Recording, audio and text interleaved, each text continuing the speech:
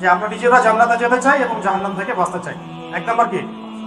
5 ওয়াক্ত সালাত। মিসাল দিচ্ছি এভাবে, রমাদান মাসে আমরা যেভাবে নামাজ পড়ছি এইভাবে পড়লেও হবে। রমাদান মাসে তো আমরা সবাই তারাবি, তাহাজ্জুদ, নফল, সুন্নত, জামাত সব করেছি না? সর্বোচ্চ চেষ্টা করেছি আমরা পড়ার জন্য।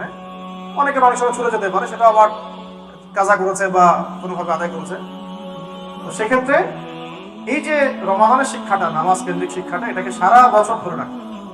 সারা বছর না, সারা জীবন ধরে রাখে। একজন ওলামায়ে কেরাম একদিন বলেছেন যে 40 দিন তাকবীরুল্লাহ না, সারা জীবন তাকবীরুল্লাহ ধরে রাখতে পারি, এরকম করে চিন্তা করা। নামাজের পাবন্দির জন্য মাঝে মাঝে উমরাহ করা দরকার। ওখানে গেলে নামাজের পাবন্দি হয় এবং নামাজ উপলব্ধি করা যায়, অনুভব করা যায়, ফিল করা যায়। নামাজ তো আসছেই বাইতুল্লাহ থেকে, মক্কা মদিনা থেকে আসে না? ওখানে গেলে নামাজকে ফিল করা যায়। এটা আসলে ভাষায় প্রকাশ করতে পারবো না, এটা আমি পরামর্শ দিলাম। যদি কারো সামর্থ্য থাকে এবং ইলমে, আমলে, দৃঢ়তায়, ধারাবাহিকতায় ঘাটতি দেখা যাচ্ছে, তাহলে ওমরা করে আসলে ভালো হয়। পুরো নিজের সব মানে ভিতরের যে হতাশাগুলো, অলসতাগুলো, গাফেলতিগুলো সব চলে যায়। নিজেকে ফিল করা যায় যে খুব মোনাওয়ার মনে হচ্ছে, আলোকিত মনে হচ্ছে, গুণামুক্ত মনে হচ্ছে। ওখানে যে কাজগুলো আছে, কাজগুলো করতে থাকলে ইসলামের অনেক সব পিলারগুলোকে ধরে ফেলা সহজ। যাদের সামর্থ্য হবে তারা অবশ্যই বারবার উমরা করবে, ইনশাআল্লাহ তৌফিক দান করে। আর সালাতের পাবন্দি বলতে আমি কয়েকটা কথা বলবো। এক নম্বর হলো জামাতে পাবন্দি করা। 2 নম্বর হচ্ছে 5 ওয়াক্ত সালাতের মধ্যে কত রাকাত? 17 রাকাত নামাজ। এই 17 রাকাত নামাজের সাথে অন্তত 12 রাকাত সুন্নত আদায় করা। কত রাকাত? এই 12 রাকাত সুন্নাত যে ব্যক্তি আদায় করে তার জন্য জান্নাতে একটা করে ঘর নির্মাণ করা হয়। প্রথমটা হচ্ছে ফজরের আগের 2, যেটাকে এক পাল্লায় রাখলে এবং দুনিয়ার মধ্যে যা কিছু আছে এটাকে আরেক পাল্লায় রাখলে ওই 2 রাকাত সুন্নত ভারী হবে। যোহরের আগে 4, পরে 2, মাগরিবের পরে 2, এশার পরে 2, এই 12 রাকাত সুন্নাত প্রতিদিন আদায় করে। যে ব্যক্তি আদায় করে তার জন্য তাকে জান্নাতে একটা ঘর দেওয়া হবে। এর সাথে সালাতের পাবন্দি বলতে তাহিয়াতুল ওযু হতে পারে। তাহিয়াতুল ওযু মানে ওযু করে এসে 2 রাকাত নামাজ পড়া, তাহিয়াতুল ওযু হয়ে গেল। যখন কোনো গুনাহ হয়ে গেছে 2 রাকাত নামাজ পড়া তাওবার নিয়তে। কোনো গুনাহ হয়ে গেছে বা ভুল হয়ে গেছে, ওযু করে 2 রাকাত নামাজ পড়া তাওবার নিয়ত। কোনো প্রয়োজন দেখা দিয়েছে বা কোনো সমস্যা, কোনো সংকট, ওযু করে এসে 2 রাকাত সালাতুল হাজত। এরপর যে কোনো সূরাতেই পড়া যায়। তো একটা কিতাবে পেলাম যে প্রথম রাকাতে সূরা ফাতিহার সাথে সূরা কাফিরুন, দ্বিতীয় রাকাতে সূরা ফাতিহার সাথে সূরা ইখলাস। ইনশাআল্লাহ এগুলো পরীক্ষিত আমল আছে কিছু। অনেক বড় বড় বুজুর্গ চলে গেছেন দুনিয়া থেকে, তাদের অনেক পরীক্ষিত আমল আছে। এগুলো বেদাত না, কিন্তু বলা হয়েছিল এটা বেদাত। ওখান থেকে চুল খসলেই তো এখন শিরিক, বেদাত, হারাম। এই যে এগুলো প্রান্তিক চিন্তাটা থেকে বের হয়ে আসবেন। ওলামায়ে কেরামদের সোহবতে আসলে প্রান্তিক চিন্তাটা থেকে মানুষ বের হয়ে আসতে পারে এবং চিন্তাটা প্রশস্ত হয়, ব্যালেন্সড হয়। হ্যাঁ, তো প্রথম রাকাতে আপনি সূরা কাফিরুন যে কোনো সূরাই পড়তে পারেন। আমি বললাম যে অনেক বুজুর্গদের পরীক্ষিত কিছু আমল আছে। প্রথম রাকাতে সূরা ফাতিহার সাথে সূরা কাফিরুন, দ্বিতীয় রাকাতে সূরা ফাতিহার সাথে সূরা ইখলাস পড়ে তারা দোয়া করেছে, কাজ হয়ে গেছে। অনেকে প্রথম রাকাতে সূরা ফালাক করেছেন, দ্বিতীয় রাকাতে সূরা নাস করেছেন, হয়ে গেছে। এরকম অনেক আমল আছে মানুষের যেগুলো ফল পাওয়া গেছে। ইতিপূর্বে বহু বড় বড় ওলামায়ে কেরাম, আকাবিরগণ, আসলাফগণ চলে গেছে, তারা এগুলো থেকে ফায়দা পেয়েছেন, তাই তাদের কিতাবাতে লিখেছেন। সেগুলো আমার করতে কোনো অসুবিধা নেই। তো এটা হলো সালাতুল হাজত। আর তাহিয়াতুল ওযু মানে ওযু করে এসে 2 রাকাত নামাজ পড়া। বেলাল রাদিয়াল্লাহু আনহু খাস আমল, খুসুসি আমল, যার ফলশ্রুতিতে তাকে নবী সাল্লাল্লাহু আলাইহি ওয়াসাল্লাম বলেছিলেন কি, জান্নাতে যখনই আমি যাই তোমার পায়ের আওয়াজ শুনতে পাই। খুসুসি আমল ছিল, যখন ওযু ছুটে যাইতো তিনি ওযু করতেন, ওই ওযু দিয়ে 2 রাকাত নামাজ পড়তেন। এটা আমরা তাহিয়াতুল ওযু বলি। তাহিয়াতুল ওযু, মসজিদে ঢুকেছেন, নামাজ এখন শুরু হয় নাই, ওযু আছে, 2 রাকাত নামাজ পড়ে বসা, এটার নাম তাহিয়াতুল মসজিদ। তাহিয়াতুল মসজিদ, এটাও আমল করা যায়। সালাতের পাবন্দি বলতে এগুলো চলে আসে। আর সবচেয়ে জরুরি সালাত হলো ফরজ সালাতের পরে তাহাজ্জুদ। কোন সালাত? এটা আমরা অনেকে মনে করি যে অনেক লম্বা সময় নিয়েই মনে হয় পড়তে হবে, অনেক বড় সূরাই মনে হয় লাগবে। 2 রাকাত নামাজ পড়লেও তাহাজ্জুদ আদায় হয়ে যাবে। ফজরের আগে আধা ঘন্টা আগে উঠেছেন, 2 রাকাত নামাজ পড়ে ফেলেছেন, তারপর তাহাজ্জুদের হক আপনি আদায় করেছেন। আমরা তো ওইভাবে হক আদায় করতে পারবো না। আমি হাজিরা দিলাম, অন্তত কি দিলাম? হাজিরা দিলাম অন্তত। অনেকে দেখা যায় এই যে এখনই 10টা বাজে, ঘুমাতে ঘুমাতে 12টা 1টা বেজে যাবে, স্বাভাবিক। কারণ এখন এমন ভাবে বিশ্বকে সাজানো হয়েছে, দিন হয়ে গেছে রাত, রাত হয়ে গেছে দিন। অনেকের কিছু করার নাই, অনেকে জব সেকশন এমন, পড়াশোনা সেকশন এমন, প্যাটার্নটা এমন। আর যারা একটু ওয়াজ মাহফিল করতে যাবে তাদের তো কথাই নেই, তাদের তো রাত আর রাত থাকবে না, রাত হবে দিন, দিন হবে রাত। এটাও একটা কারণ। এই সিস্টেমগুলো থেকে বের হতে হবে, মসজিদ ভিত্তিক প্রোগ্রাম করতে হবে, রাতের ঘুম ভাঙা হয়ে যায়। তো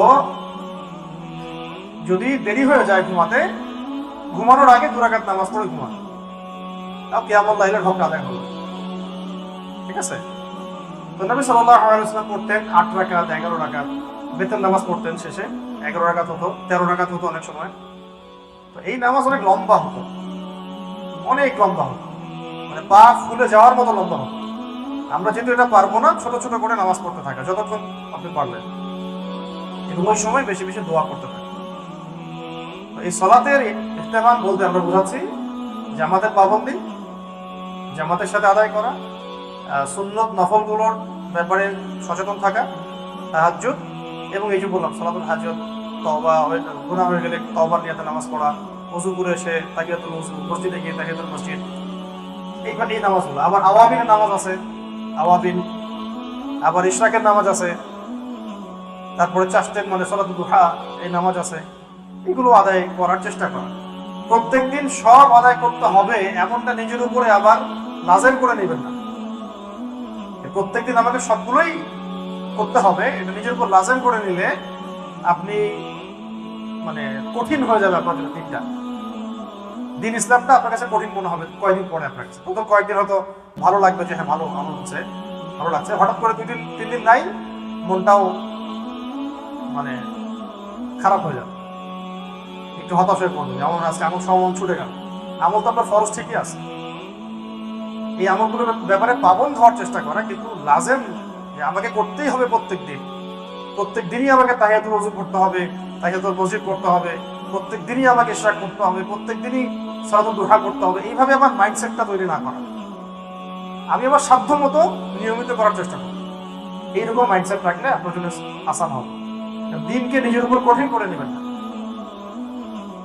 কারণ সব দিন তো সমান যাবে না। আপনার সব দিন কি যাবে না, সমান যাবে না। আজকে ফ্রি আসি করতে পারছি, কালকে তো আপনি ফ্রি নাও থাকতে পারেন, তখন আপনার ভিতরটা অস্থির হয়ে যাবে এগুলোর জন্য। তো আল্লাহ পাক সবাইকে বোঝার তৌফিক দান করেন। এটা হলো সালাতের ইহতিমামে কিছু কথা বললাম। 2 নম্বর হচ্ছে ব্যক্তিগতভাবে জান্নাতে যাওয়ার জন্য আমাদের 2 নম্বর একটা বিষয়ে গুরুত্ব দিতে হবে, সেটা হলো কোরআন তেলাওয়াতের ক্ষেত্রে ইহতিমাম করা। তেলাওয়াতের ইহতিমাম করা, কিসের ইহতিমাম করা? কোরআন তেলাওয়াত। এই ব্যাপারে রমাদান আমাদেরকে শিক্ষা দিয়েছে, রমাদানে বহু মানুষ খতম দিয়েছে। আমরা এইটাকে ধরে রাখা এবং অন্তত পক্ষে ডেইলি 1 পারা হলেও তেলাওয়াত করার চেষ্টা করা। ডেইলি কতটুকু? তাহলে 30 দিনে 30 পারা, 1 খতম। আর কিছু বাছাইকৃত সূরা আছে, আয়াত আছে, যেগুলো নিয়মিত পড়া উচিত। এটা তো আগেও বলেছি আমি এর আগের ক্লাসগুলোতে। তার মধ্যে আবার রিপিট করছি, সূরা ইয়াসিন, সূরা ইয়াসিন নিয়মিত পড়বে, সূরা মুলক, তারপরে সূরা ওয়াকিয়া। রাতের বেলা সূরা আলিফ লাম মিম সিজদা পড়ারও একটা হাদিস আছে, আলিফ লাম মিম সিজদা। এছাড়া হাসরের শেষের 3 আয়াত আছে, সূরা কাহফের প্রথম 10 আয়াত বা শেষ 10 আয়াত, এটাও পড়তে পারেন। সূরা বাকারার শেষের 3, আলী ইমরানের শেষের 10, এরকম বহু আয়াত আছে আল কোরআনে, এগুলো নিয়মিত পড়া উচিত। সূরা ফালাক, নাস, ইখলাস সকাল সন্ধ্যায় এবং ঘুমাতে যাওয়ার সময়, সূরা কাফিরুন সহ, আয়াতুল কুরসির পরের আয়াত দুটো, এগুলো এছাড়াও রুকিয়ার অনেক আয়াত আছে, কারো যদি এরকম কোনো সমস্যা মনে হয় রুকিয়া সংক্রান্ত বহু আয়াত আছে, এগুলো পড়তে পারেন।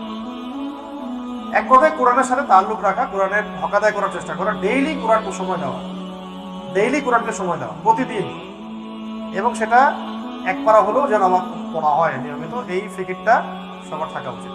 আর যারা পড়তে পারি না তাদের জন্য এখন সবচেয়ে বড় কাজ হলো কোরআন তেলাওয়াত শেখা।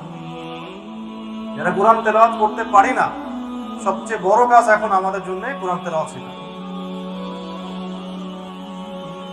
দ্বীন ইসলাম কায়েম হোক যেমন আমরা চাই, জান্নাতে যেতে চাই যেমন, এগুলো মানে অসম্ভবের পর্যায়ে হয়ে যেতে পারে যদি আমরা কোরআনের হক আদায় না করি। তো একটা বই বাজারে বের হলো, ওটা নিয়ে ব্যস্ত হয়ে গেলেন, একটা বের হলো ব্যস্ত হয়ে গেলেন, এইভাবে একটা একটা করে বই বিভিন্ন বিষয় ভিত্তিক কোরআনে তেলাওয়াত শেখা হলো না। এটা কোনো পড়াশোনার তরিকা হলো না, এটা কোনো পড়াশোনার কোনো সিস্টেমই হলো না। এখন যদি ধরেন আপনি সরেও না জানেন, কখও না জানেন, এবিসিডি না জানেন, এখন কি আপনি ক্লাস 10-এ ভর্তি হতে পারবেন?